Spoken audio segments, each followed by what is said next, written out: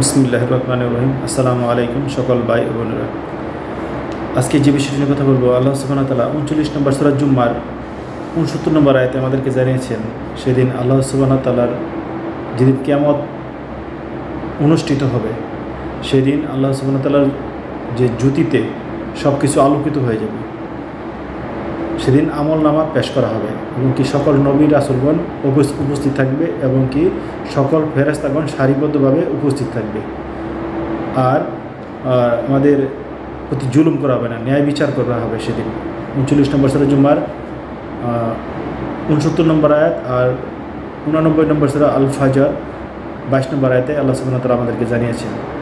আর সূরা জিলজালের মধ্যে আল্লাহ সুবহানাহু ওয়া তাআলা বলছেন 8 এবং কি 7 এবং কি 8 নম্বর আয়াতে, ফামাই ইয়ামাল মিসকালা জাররাতিল খায়রাই ইয়ারা, ফামাই ইয়ামাল মিসকালা জাররাতিল শাররাই ইয়ারা। কেউ যদি অনুপরিমাণ সৎকর্ম করে তাও দেখতে পাবে, কেউ যদি অনুপরিমাণ অসৎকর্ম করবে সেদিন তাও দেখতে পাবে। অতএব আল্লাহ সুবহানাহু ওয়া তাআলার সেদিন আমরা আল্লাহ সুবহানাহু ওয়া তাআলার সামনে উপস্থিত হব।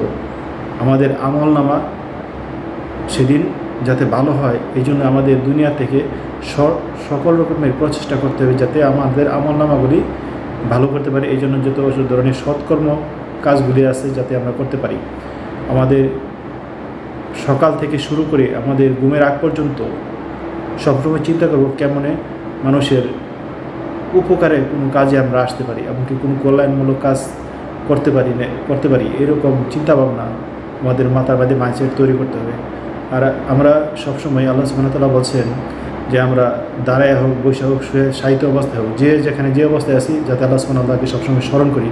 আল্লাহ সুবহানাহু ওয়া তাআলা আমাদেরকে জানিয়েছেন 3 নম্বর সূরা ইমরান 191 নম্বর আয়াতে। আসসালামু আলাইকুম ওয়া রাহমাতুল্লাহ।